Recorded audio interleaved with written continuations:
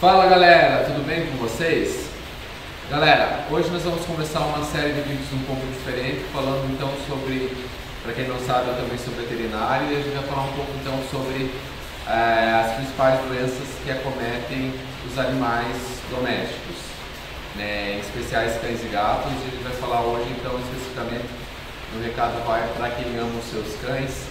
Eu vou falar sobre uma doença bem importante que é infelizmente uma causa comum de óbito em cães, que é a sinomose.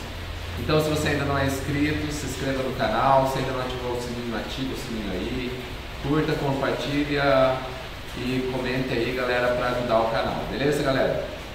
Então vamos falar um pouco sobre uma doença que acomete cães, que é a sinomose. Então a sinomose é uma doença causada por um vírus que é semelhante estruturalmente ao vírus que causa sarampo nos humanos. É uma doença que pode afetar cães de qualquer raça, de qualquer idade, né? Vai ser principalmente em filhotes, né, que tem uma imunidade um pouco menor, principalmente depois da idade que ele começa a perder a imunidade adquirida pelo colostro da mãe, né? A partir dos 2 meses de idade ele vai ficar mais sensível ainda a essa doença. Mas acomete cães de todas as idades e é comum até mesmo em cães idosos. Eu mesmo já vi muitos cães idosos, infelizmente, terem que ser eutanasiados por causa da sinomose. Então, qual o sinal que o animal vai apresentar? A sinomose ela pode afetar o sistema respiratório, o sistema digestório, o sistema nervoso, o sistema tegumentar, a pele. Então, os sinais são muito variados, galera. Então, por exemplo, ele pode ter tosse, pode ter secreção nasal purulenta, isso vai ver, então, é o que a gente chama de ranho, né? Ou seja, aquele negócio nojento mesmo saindo do nariz do animal, né? Pode o animal ter tosse, e quando o animal tem tosse, os proprietários muitas vezes pensam que o animal está afogado, confundem, meu animal está afogado, acho que comeu algo, não conseguiu digerir direito. Mas geralmente é tosse que o animal apresenta e as pessoas confundem com engasgo. Ele pode apresentar também diarreia. Às vezes a diarreia pode ser acompanhada de sangue. A presença de sangue não vai ser tão comum quanto é, por exemplo, na parvovirose, que é uma doença que a gente vai falar mais para frente também. Mas pode ocorrer diarreia sanguinolenta também, né? Pode ocorrer vômito, sinais que afetam então o sistema digestório do animal. O animal também pode ter, pessoal, galera, sinais do sistema nervoso. Ele pode ter dificuldade para caminhar, ele pode ter paralisia de alguns membros, de um lado, outro lado do corpo, pode estar com a cabeça torta, de um lado ou para o outro, e pode ter convulsão, né? Em alguns casos, e é uma coisa bem, até quase que, digamos assim, característica, não que ocorra apenas na sinomose, ocorre em outras doenças, mas é muito comum animais com sinomose ter uma espécie de tique nervoso, assim. Você vai perceber ele, por exemplo, mexendo a pata assim, ou com a cabeça para o lado, como se fosse algum tipo de tique nervoso, galera. Ele pode ter por causa da sinomose. Então, galera, esse é outro sinal, né, também que ele pode ter. E quando atinge o sistema nervoso, digamos assim, o mais grave, né, porque não que os outros sinais não possam se tornar graves também, mas pode causar até mesmo a morte do animal, né, ou em alguns casos a gente vai fazer um tratamento de suporte, o animal não responde, como causa muito sofrimento do animal, nós temos que conversar com o dono, infelizmente, sobre a possibilidade de eutanasiar o animal. Como que a gente faz então o tratamento? Primeiro o diagnóstico, como eu descubro que ele está com sinomose. O diagnóstico, a gente vai descartar outras causas de problemas digestório, respiratório e nervoso, né, dependendo do sinal que o animal tem, né, e muitas vezes o diagnóstico acaba sendo clínico. Porque nem sempre os exames são tão acessíveis assim. Existem alguns exames e mesmo os exames que são um pouco mais acessíveis não são 100% também. Por isso o histórico clínico do animal é muito importante. Principalmente se a gente saber se o animal vacinou ou não, porque de como prevenir a sinomose, eu vou falar um pouco sobre isso depois com a vacinação. Então, até por exemplo no exame sanguíneo, a gente pode perceber um tipo de alteração que ocorre nos eritrócitos, que a gente chama popularmente de glóbulos vermelhos, né, ou de hemácias. A gente pode perceber uma alteração, né, que é específica da sinomose, né, pode ser percebida nesse exame. Mas de modo geral, o nosso diagnóstico, pessoal, é clínico. Nosso diagnóstico é clínico da doença. Então, assim, se você perceber que o animal tem alguma dessas alterações, o que você vai fazer? Dar quiabo para o animal? Não. Você vai levar ele no veterinário. Nem vai mandar foto dele para o veterinário, né, diagnosticar por foto. O veterinário precisa conversar com você, precisa examinar o animal para fazer o diagnóstico. E para fazer o tratamento também. Até outra coisa que eu esqueci de falar, outra alteração, ele pode ter algumas alterações, eu falei, na pele, né? Ele pode, por exemplo, ficar tanto com o nariz, assim, meio como se fosse mais grosso, assim, ou com o que a gente chama de hiperqueratose, ou nos coxins, na almofadinha da pata. Então ele pode ter alteração lá também. E como eu estava falando, então você tem que levar no veterinário e o veterinário faz um tratamento de suporte. Pessoal, isso que eu vou falar não é uma regra 100%, mas é um conceito geral que serve tanto para humanos quanto para animais, né? De modo geral, o tratamento de doença viral é um tratamento de suporte.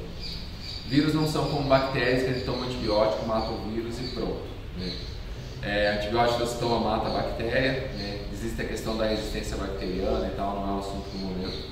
Mas falando de maneira simplista, tem uma bactéria, toma antibiótico, o antibiótico mata a bactéria e eu vou sarar da doença. Na doença viral não é assim, né? Como eu falei no primeiro vídeo que eu gravei no meu Insta lá, eu falei sobre o que é um vírus.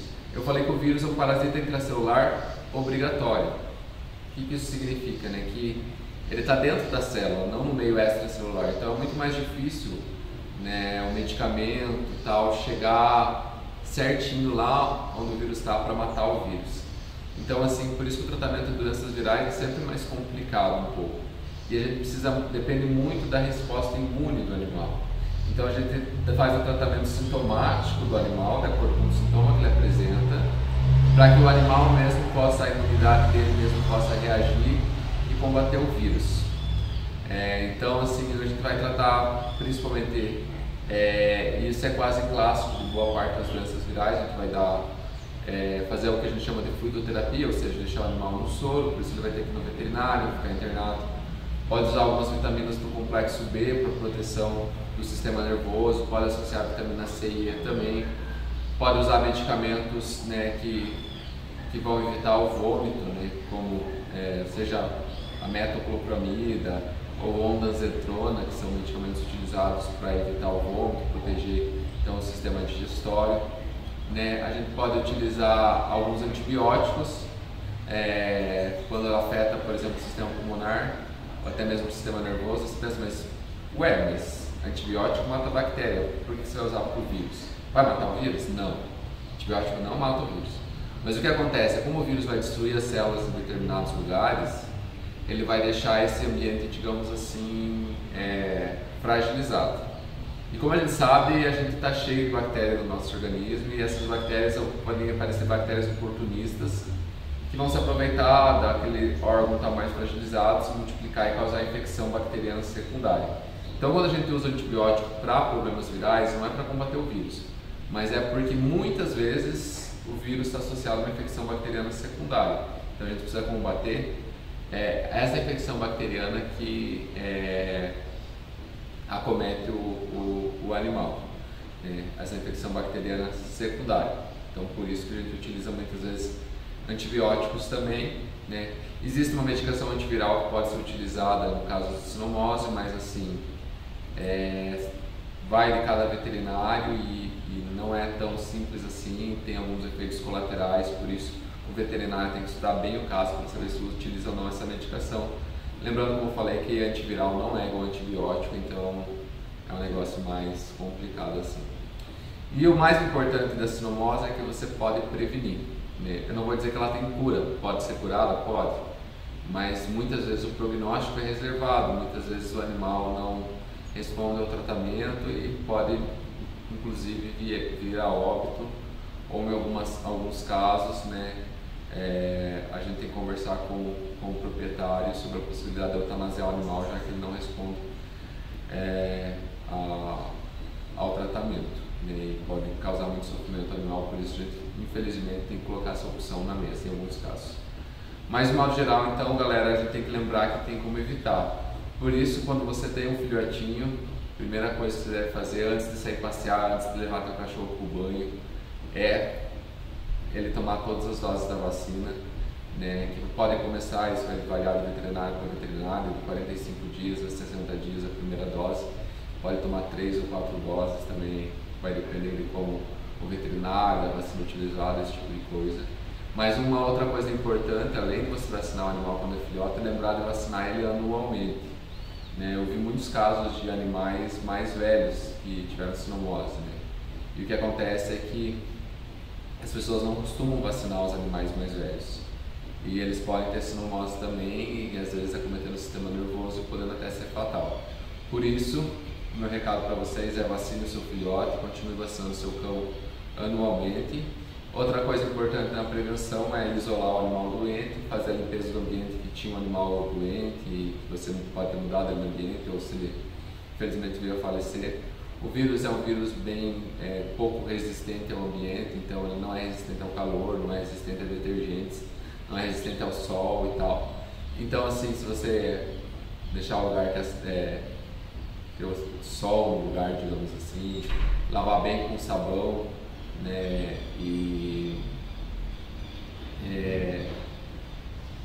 utilizar, por exemplo, alguma fonte de calor, como água bem quente, esse tipo de coisa. Inclusive no veterinário, quando é comum os veterinários, depois de atenderem um animal com suspeita de sinomose, jogarem álcool 96, isso não façam em casa, porque lidar com álcool 96 é extremamente perigoso.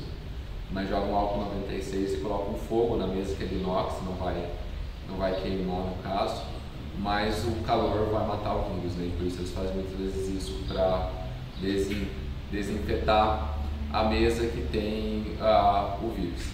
Então galera, de modo geral, é isso que eu queria falar sobre a sinomose. Se vocês gostaram dessa ideia de vídeos sobre doenças que afetam os cães e gatos, deixem aí um like deixem um comentário, compartilhem, que a ideia é a gente continuar essa série. É isso aí galera, fique com Deus.